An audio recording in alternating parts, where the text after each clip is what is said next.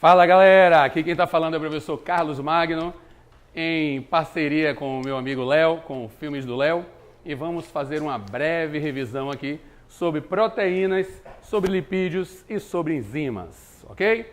Beleza, então vamos começar a falar de algumas coisas basiconas que eu sei que tem a ver com dúvidas de vocês, para que todo mundo possa fazer sua provinha amanhã tranquilo e de boa, ok? Beleza, vamos começar falando então das nossas proteínas. Quando a gente fala de proteína, a gente tem que lembrar dos aminoácidos.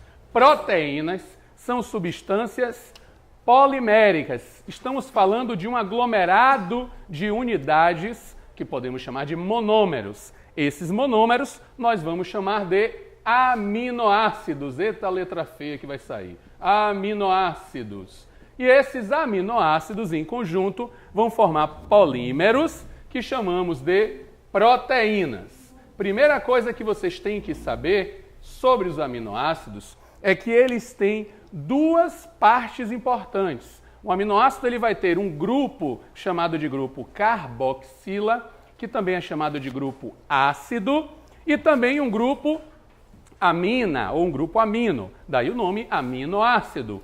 Eles têm um carbono alfa, um carbono central, eles têm um hidrogênio e eles vão ter um radical. Nós geralmente vamos encontrar pela letra R. E esse radical vai variar de aminoácido para aminoácido. Então não se esqueçam disso. Esse grupo, esse aminoácido, ele vai ser diferenciado dos demais a partir desse radical. Existem na natureza milhares, vários aminoácidos, mas nós tratamos em estudo de 20 tipos, ok? Desses 20 tipos vai variar muito os aminoácidos que são chamados de essenciais e os aminoácidos que são chamados de naturais. Magno, qual é a diferença? Como é que eu vou ter essa diferença de um para o outro? Primeira coisa que vocês têm que saber, vai variar muito de espécie para espécie. Nós temos alguns aminoácidos que são essenciais para uma espécie e outros que vão ser naturais para essa espécie. O que para uma espécie é essencial, para outra espécie pode ser natural. Quando nós que somos seres heterotróficos, o que é um ser heterotrófico? É um ser que precisa se alimentar. Ele não consegue fabricar, por exemplo, os seus aminoácidos todos. Então ele precisa buscar esses aminoácidos chamados de essenciais na alimentação. Um ser que seja autotrófico, vou pegar uma planta, uma leguminosa, o feijão, por exemplo, ele fabrica todos os seus nutrientes, daí o nome autotrófico. Então ele vai fabricar os seus aminoácidos essenciais, que no caso não são essenciais, porque se ele fabrica, são naturais. Nós que não conseguimos fabricar, vamos nos alimentar desses aminoácidos. Então, o que é um aminoácido essencial para a nossa espécie? É um aminoácido que não conseguimos produzir, portanto, vamos adquirir com a alimentação. Aminoácidos naturais nós conseguimos produzir. Isso vai variar muito. Você pode ter na escala de 12 para 8, na escala de 10 para 10, varia muito de fonte para fonte, tá de boa? Esses aminoácidos, eles vão se ligar uns com os outros a partir das chamadas ligações peptídicas. Ligações glicosídicas estão entre os carboidratos, mas as ligações peptídicas estão entre os aminoácidos. Então, se eu tiver, por exemplo, um aminoácido, uma unidade monomérica, outro aminoácido, e assim sucessivamente, nós teremos várias ligações peptídicas entre aminoácidos. Então, por exemplo, esse aminoácido, essa proteína aqui eu coloquei, esse polipeptídeo eu coloquei aqui com 1, 2, 3, 4, 5 aminoácidos. Quantas ligações peptídicas eu encontro em um polipeptídeo de 5 aminoácidos? Sempre a gente vai usar o número de aminoácidos menos 1. Aí a gente tem um número de ligações peptídicas. Então, 1, 2, 3, 4 ligações peptídicas. Então, eu tenho 4 ligações peptídicas em um polipeptídeo que possui 5 aminoácidos. Coisa importante para vocês saberem. Sempre você vai ter a ligação de um grupo amina de um aminoácido com um grupo carboxila do outro aminoácido se unindo. A partir dessa união, a perda de uma molécula de água. Então, sempre vai se perder uma molécula de água para cada ligação peptídica. Então, você pode inferir que em um polipeptídeo de 5 aminoácidos, a formação de 4 moléculas de água. Dizemos também que isso aqui é o quê? Uma condensação com desidratação. Tá de boa? Beleza. Uma vez que a gente estruturou toda a parte de aminoácidos, a gente parte para as proteínas em si. E quando a gente fala de proteínas, a gente está falando de suas estruturas. Estrutura proteica, ela começa a partir da união de aminoácidos de forma linear. Então, essas ligações que ocorrem entre os aminoácidos em uma estrutura primária, nós vamos ter como as chamadas ligações peptídicas. Uma ligação peptídica, vou pegar como exemplo aqui, uma ligação peptídica, formando a estrutura primária, ela pode sofrer outras ligações e ter um novo arranjo. Por exemplo, um arranjo helicoidal. Aí nós dizemos que é uma estrutura secundária, em que ligações de hidrogênio estão formando essa estrutura, chamada de alfa-hélice, e aí nós vamos ter uma secundária do tipo alfa-hélice. Você pode encontrar também a estrutura primária em zigue-zague, auxiliada por pontes de hidrogênio também. Aí você chama de folha beta ou folha beta pregueada. Então esses dois tipos você vai encontrar na nossa chamada estrutura secundária. Pode haver um outro arranjo que começa a ser uma molécula do estado tridimensional, portanto uma estrutura globular, que vai ser chamada de terciária. Essa estrutura terciária, ela vai ser auxiliada, por exemplo, além de, na primária que você tem ligação peptídica, além de ligação de hidrogênio, pontes chamadas de pontes de sulfeto. Então você já forma uma estrutura globular. Se você tiver, a partir de 2 globulares unidas, você já tem uma estrutura quaternária. Como exemplo clássico que encontramos em questões de vestibulares, são as hemoglobinas.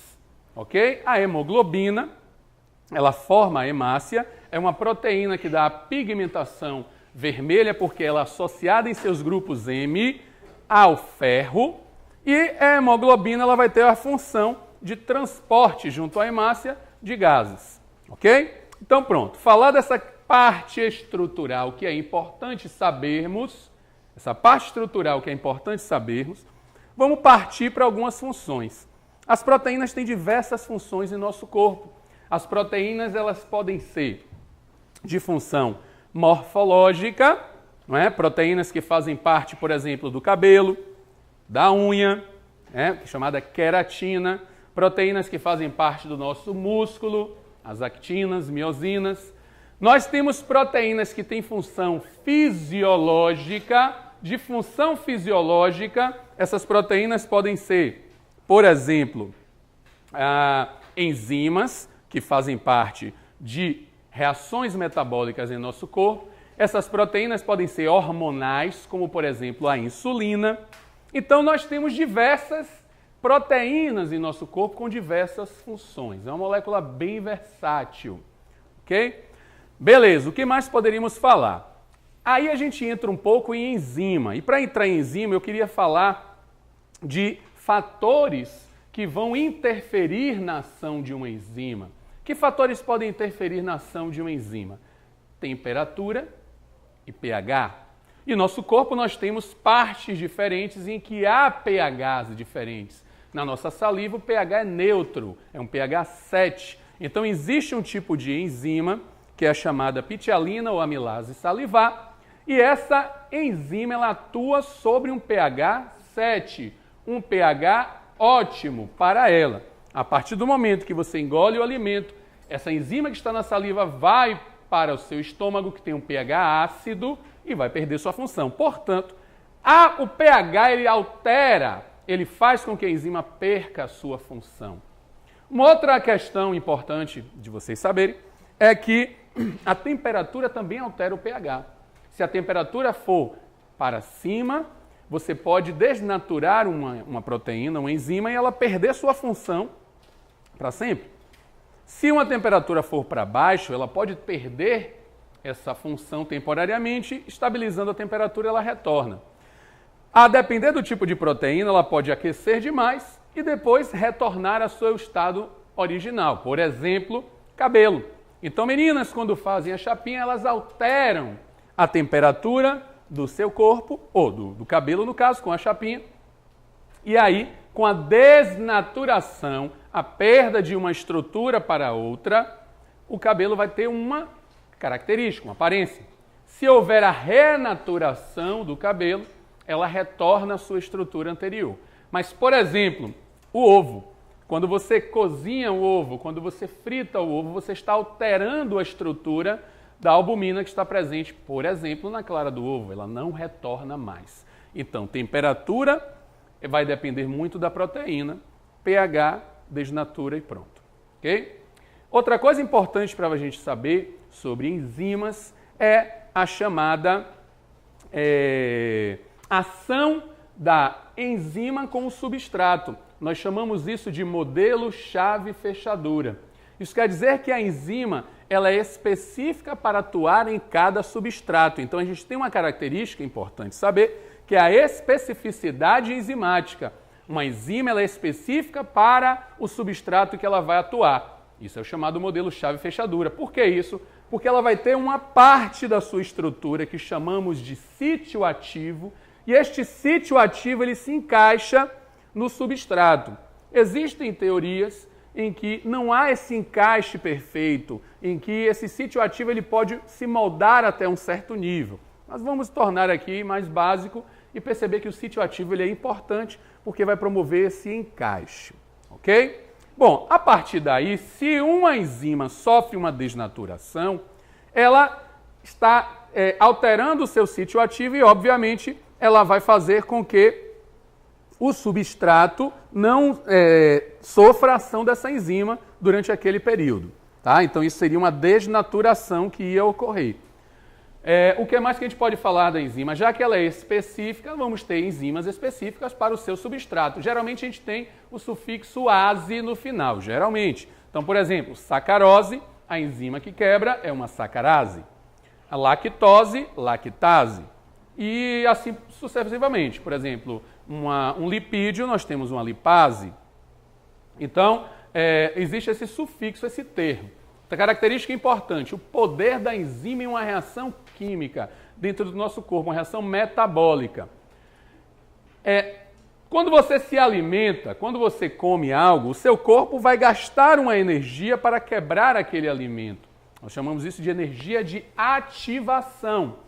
O papel de uma enzima nesse processo é justamente reduzir essa energia de ativação, acelerar o processo metabólico. Então, a enzima, na verdade, é um biocatalisador, é um acelerador de reação. Juntamente com a água, que vai realizar a hidrólise, a enzima tem esse papel de acelerar esse processo. Diga, meu querido.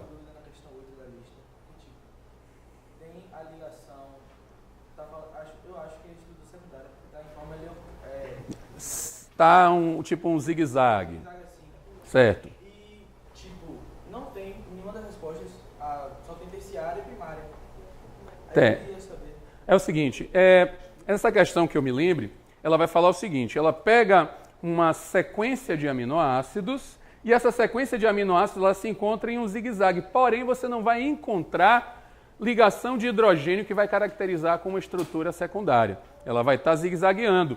Outra coisa, se não me engano nesta questão, ela tem uma alternativa que ela fala que é primária, mas ela diz como proteína conjugada. Você tem que entender quando há o termo proteína conjugada, ela tem além dos aminoácidos outras substâncias, e aí você está percebendo apenas a presença de aminoácidos. Então, o que caracterizaria isso seria uma sequência de ligações peptídicas formando uma estrutura primária nesta questão, tá bom? Então, galera, um beijo e um queijo, fiquem com Deus e até a próxima. Foi uma aulinha muito rápida aqui, tá bom? Ok?